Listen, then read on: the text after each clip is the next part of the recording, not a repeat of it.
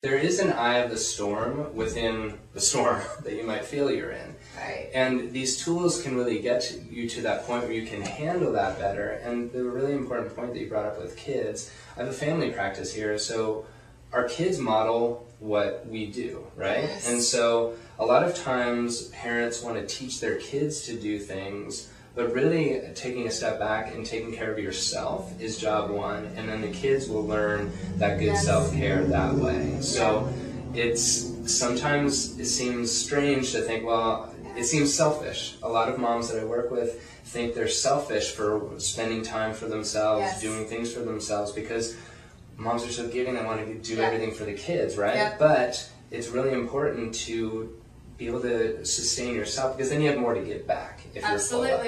Absolutely, yeah, and really, and you know, with kids, they'll do as you do, not as you say. Absolutely, and the biggest way that shows up is with their eating habits, right? So they're watching what you're eating, they're watching when you're eating, exercise, the same thing. That if mom exercises, the kids are more active. If mom doesn't exercise, then the kids don't. Why should I be? Exactly. And so, in a way, some moms that really have a hard time grappling the idea that by taking care of themselves it's going to help their kids, we kind of have to switch it around of like, okay, well, take care of yourself so that you can teach it to your kids. Absolutely. And they'll model that way.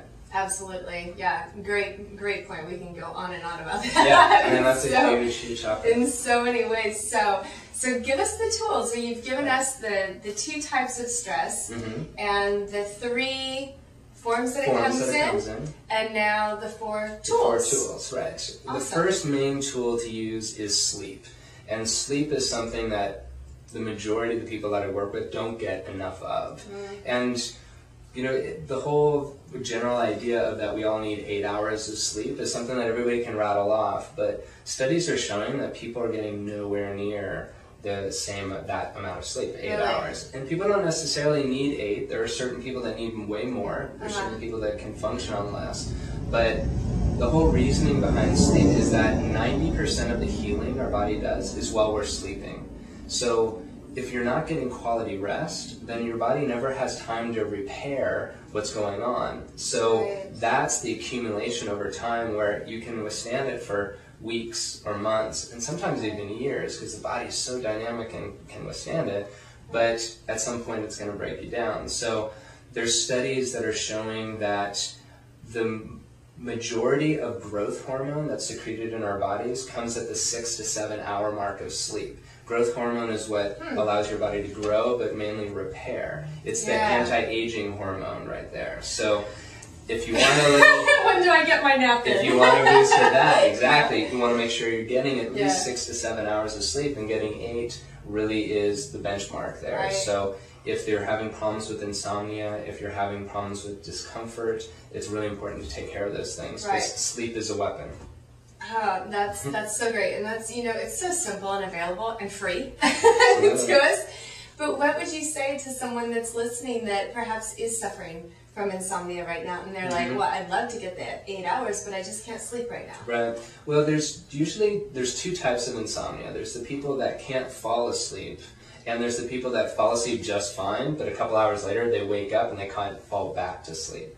So the people that can't fall asleep, usually it's because your mind's racing, you're either processing the day, you're thinking about tomorrow, and the main key to be able to quiet that mind is journaling. If you just take out a journal and not wait until you can't fall asleep and an hour later break out that journal, but to make it into a habit of starting your wind down period with journaling and just putting it down onto paper.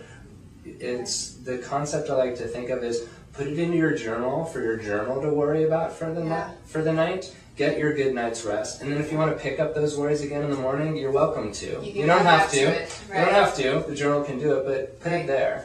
Yeah, I like that idea. Kind of like putting it down in concrete, physical form and handing it over. You know, releasing it. It's all about releasing that stress. Let it go. And it's still there if you need or want to or are curious to come back to it later. Exactly. And if you're a person that can't fall, or that you fall asleep just fine but wake up in the middle of the night, it's really important, one, to have a tool to be able to use right when that happens, so that you don't wake up so much. And so the two main things that people find effective is having a relaxation tape of some kind, or an audio that you can put some relaxing music on. It kind of lulls you back to sleep, you know, almost like a lullaby, right? It works for our children. It also works for us if we use it. Yes. Right? So having a tool like that to be able to calm your mind and not go back into all the things that wind you up, like, oh my God, tomorrow I got to take care of this and this and this. It's more of just have a relaxing scene in your mind and relaxing music to be able to put you back to sleep. Let it go, and it'll be there in the morning. Right, exactly. Okay. Cool. So that's number one. What's number two? Number two is exercise. And exercise is a huge stress reliever for so many people. And so many people will notice that after a workout that they feel so much better. But when they're feeling stressed, they don't necessarily think of going for a run or even a walk to be able to dissipate it. And the reason why exercise works so well as a stress reliever is because we're wired that way. You know, everybody's heard of... We're wired to exercise? We're wired to exercise, and when we're stressed, we're wired to build muscular tension, right? That's the fight or flight response, right? Sure, yeah, so absolutely. we were biologically wired that if a stress comes to us in the form of a saber-toothed tiger, we are going to build tension in our muscles to either fight that saber-toothed tiger or most likely run away from it, right? And so over time, we don't have saber-toothed tigers anymore, thankfully. We have the more chronic day-to-day stresses that aren't life-threatening, but they're perceived that way by our nervous system. Right. So what happens is we build tension. That's where all that stress comes in the neck. Headaches can be produced, lower back pain. And it's that muscular tension that needs to be released. Well, everybody talks about the fight or flight response, but really in our society, there's another component to that too. It's fight or flight or freeze.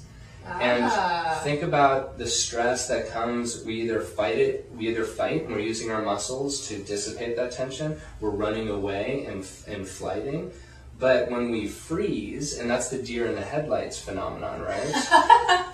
We freeze and we just hold that tension. Well, that builds up, and that becomes really stressful on our bodies. So that's why we need to use exercise to basically pretend like we're fighting or we're flighting. We're dissipating that muscle tension, and that's when the muscles feel softer, pain releases, but then also mentally, that fog goes away, things are clear, we have a better perspective on things, so we can go back into how that works. And so it's knowing how our bodies work and how the stress affects it, then allows us to pick up tools to be able to work with ourselves rather than work against ourselves. Yeah, even if it feels counterintuitive, because I know that I've been in those places, you know, where I'm going through a stressful period, and I know that I A, want to exercise, and B, need to exercise, but you think, but I have all these things to do.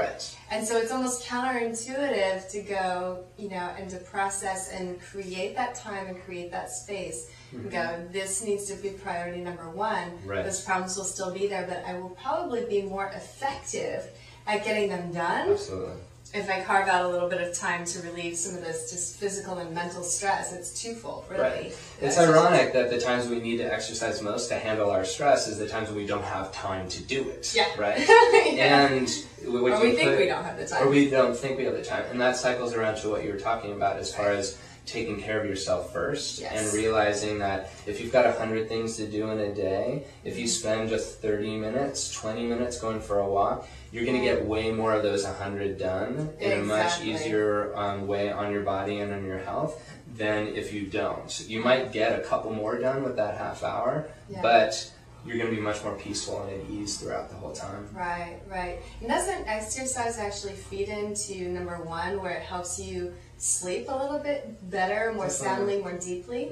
Absolutely. Sleep. Most people think that with exercising they're going to fatigue out right away, and sometimes you do. Your body, it's a new stress for your body, and sometimes we're tired, and so we sleep much better, which is great when that's super stressful time. But then on the flip side of things, what happens is as our body dissipates a lot of the stress, one, our body's getting stronger with exercise. We're getting more energy from it, so we're feeling more alive and vital throughout the day. Yeah. And we're getting better quality of sleep when we are sleeping, so you need less sleep. So once you get over that hump of the tiredness, of that new stress of the exercise, then it cascades into getting even more sleep, which is going to be another tool.